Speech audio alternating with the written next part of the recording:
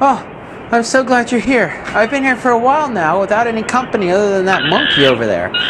So one boat came by a while ago, and I said, hey there, and they said, hey, it's that Board Games with Scott guy. Hey, Scott, what do you need? And I said, send me a lifeboat. And what'd they do? They'd send me this. Sometimes I need something other than games. And can we go home? Please?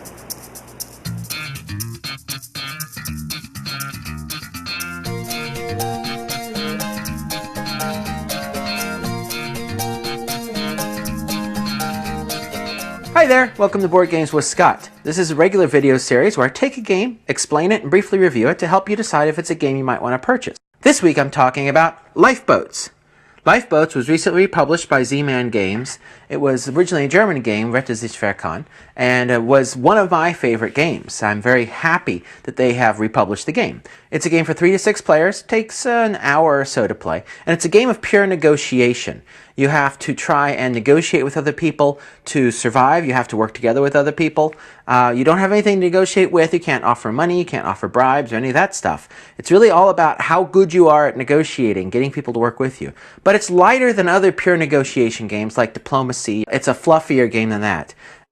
So it's a lot of fun. And why don't we open up this box and see the great job that Z-Man has done with this game. Here's what you get in the game. They've got a rule book that's both in English and in German. And the nice thing about the rules, they're well done. They've got lots of examples. They've got a nice sidebar pulling out important points.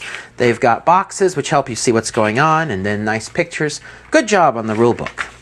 The components are very nice for this game. There's a number of these lovely wooden boats and wooden pawns for each player. There is a set of cards that indicate each of the colors that's involved with the game, as well as 3 cards with a captain on it. Now, I have put all of my cards in sleeves because I know in this game these cards are going to see a lot of use. You're going to be holding on to them and playing them quite a bit. And if a card gets marked, it's going to give away what people are voting. So I'd suggest if you get this game, put sleeves on all the cards right when you get it so that you don't deal with marked cards. The game also comes with a start player disc, but I like to replace it with something a little more interesting. Arrgh. You also have these 15 tokens which represent leaks that will fill in the boats. So that's the components. Let's see how it works together in the flow of play. So the goal of the game is to get as many of your crew members to safety as possible. They're going to start the game over here in the lifeboats, and the lifeboats are going to work their way up on 3 steps, and then they will make it and they will survive. But it's hard to get there. You're going to start the game with 2 officers and 4 or 5 sailors, based upon how many players there are in the game. If you have 5 or 6 players, everyone just starts with 4 sailors. If you have 3 or 4 players, everyone starts with 5 sailors.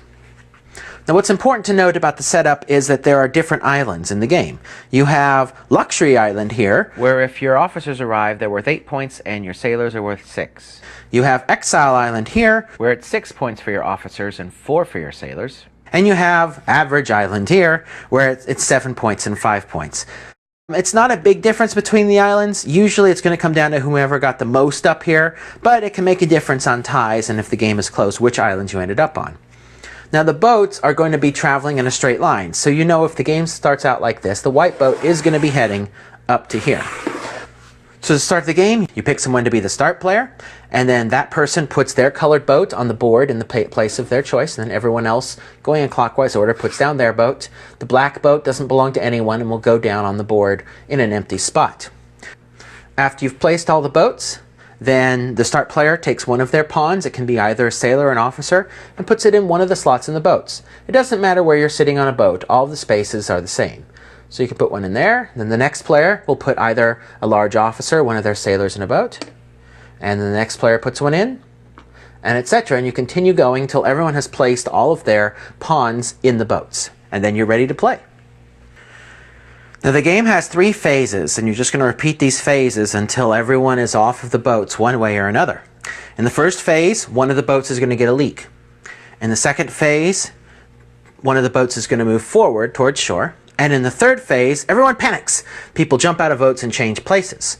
And this is just going to repeat. Now what's going to happen because of that, when the game starts, you're probably going to have a couple boats where you have people.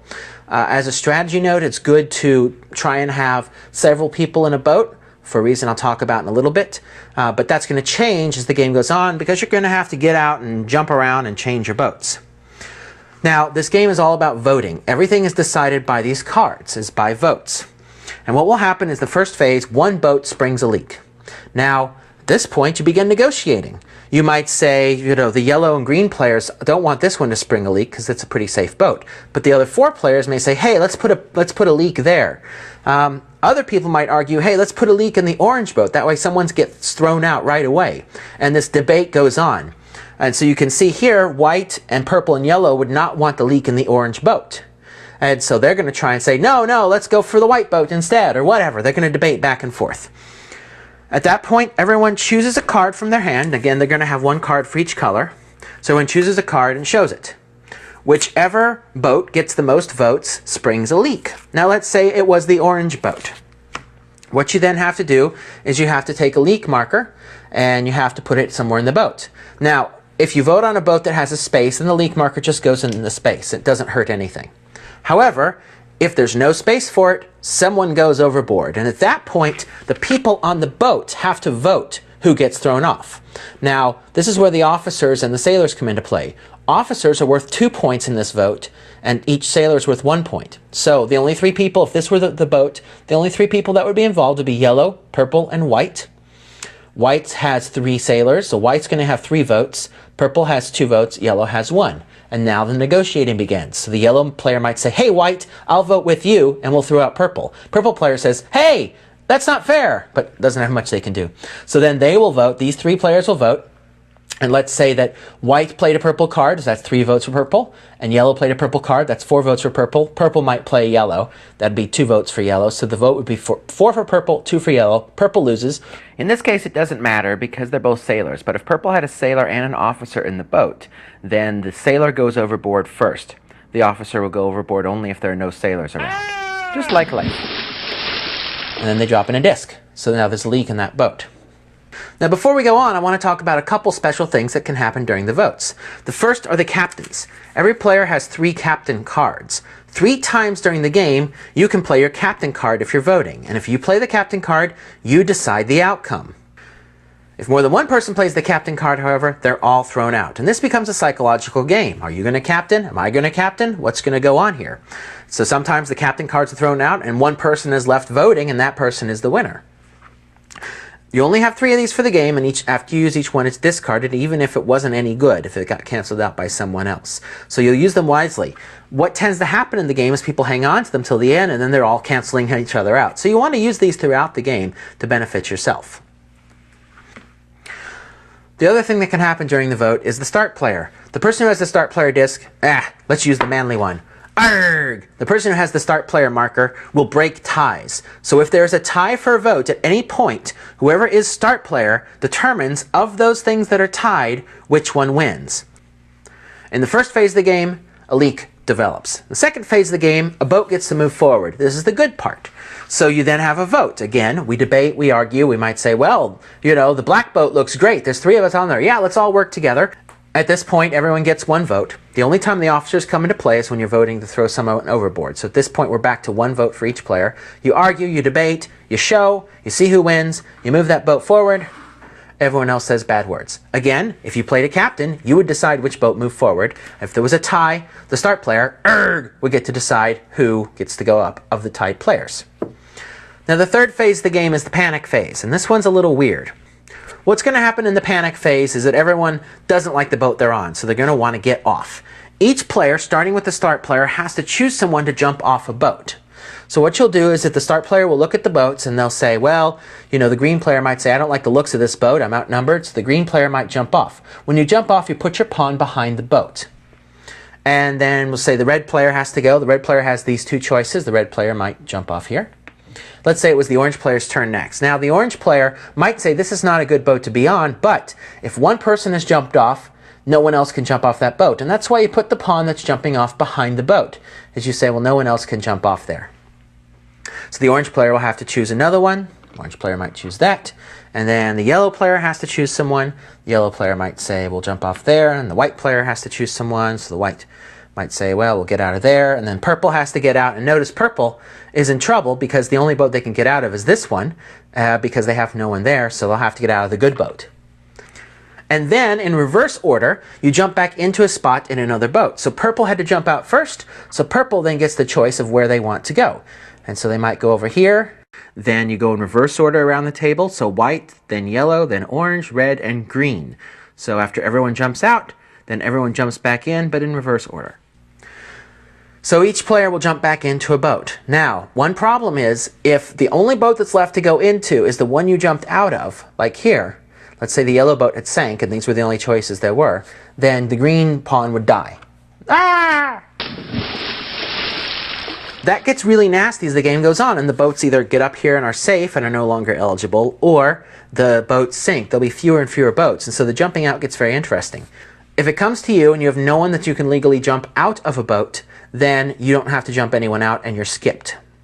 But otherwise, you have to jump someone out of a boat, no one else can jump out of that boat, and then in reverse order you jump back into a different boat. So this causes shifting alliances throughout the game. Without that rule, the game would get kind of stale, but with that rule, it makes it exciting because who is in charge of different boats changes as the game goes on. And those are the three phases. A boat gets a leak, a boat moves forward, everyone jumps out, jumps back in reverse order. After you go through all three phases, the start player passes clockwise and you do it all again. An important note is that at the end of any phase, if a boat has more leaks than pawns. So let's say this boat had 3 leaks. At the end of the phase, this boat would sink. So at the end of any phase, if there are more leaks than pawns, the boat sinks, everyone dies. Ah, bad words! And everyone else rejoices. Hooray! So the goal, again, is to get the boats up here to safety. And once you hit up here, you get to disembark everyone that was on the boat at the time. You remove the boat from play, and then they're going to score points at the end of the game. By the way, these numbers on the side, after a boat arrives at the island, it's placed in the proper number, so you know what order the boats came in. And in case there's a tie at the end of the game, the player whose boat came in earlier breaks the tie. You can always see who's in the lead because you can calculate the number of points for each player, and that comes into play in determining who you're going to throw overboard. That's pretty much all there is to Lifeboats.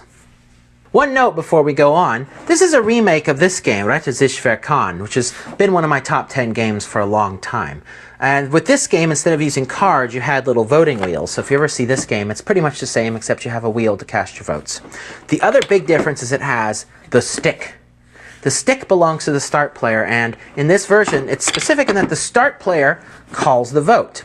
What that means is that the person who is the start player determines when everyone has to be quiet. And this adds a really nice timing element to the game and gives the start player an extra power. So if the start player is not going to benefit from people talking about a situation, the start player can call for the vote immediately and say no discussion, in which case you can't say anything. So the start player determines when the vote happens. They'll let the discussion go on until it starts to turn against them. And then they'll say, okay, everyone shut up and vote. So usually the way you'll indicate that is the disc, or the sword, or the stick, or whatever you're playing with. When it's sitting on the table, there's no discussion. You just do the mechanics of the game. When it's picked up off the table, then you can talk about what's going on. So again, if you're using the sword, this means everyone can talk. This, everyone stop talking and place your vote. Well, I hope you like the game. That's Lifeboats, and with the talking stick variant, I really like this game. It's a nice negotiation game where you really don't have anything to negotiate with.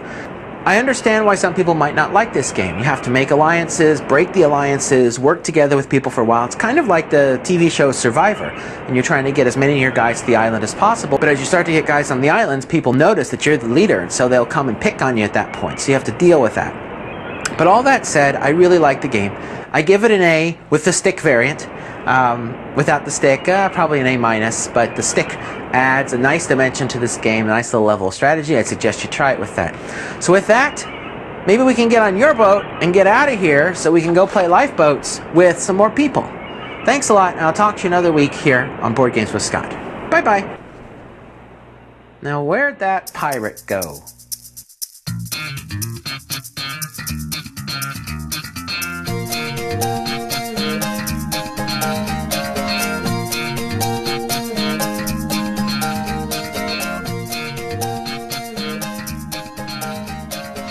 As the game goes on, you're going to know who's in the lead because you can always see. Ah! Man overboard! It's a neat variant, the start player talking stick variant, that I highly suggest you use to make this game a more enjoyable experience. Crap! Bye-bye, stupid monkey.